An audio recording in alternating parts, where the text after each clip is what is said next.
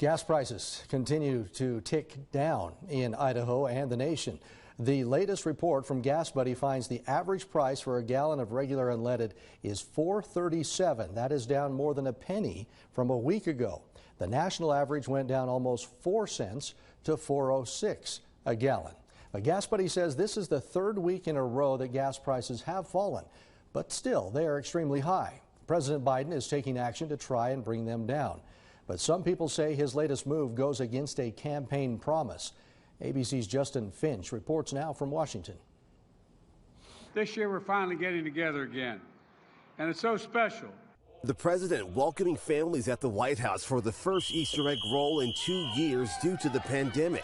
Families there and across the U.S. grappling now with the rising cost of living.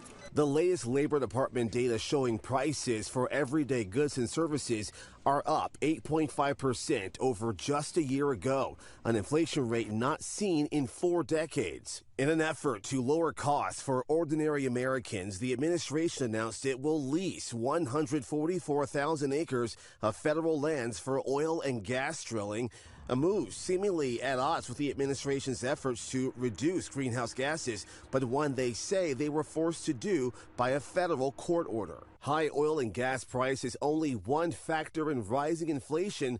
Others include Russia's invasion of Ukraine and the continuing supply chain crisis caused by COVID-19. People are paying $325 per month more this now compared to a year ago to buy the same goods and services. In the U.S., a perplexing economic picture. While inflation remains high, more than 400,000 jobs on average have been created over the past 11 months, and unemployment has fallen to a near record low of 3.6%.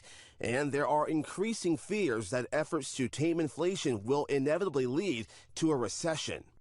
Despite those drilling leases being opened up, some in the oil and gas industry forecast it could take as long as a year before we see enough supply to lower prices at the pump.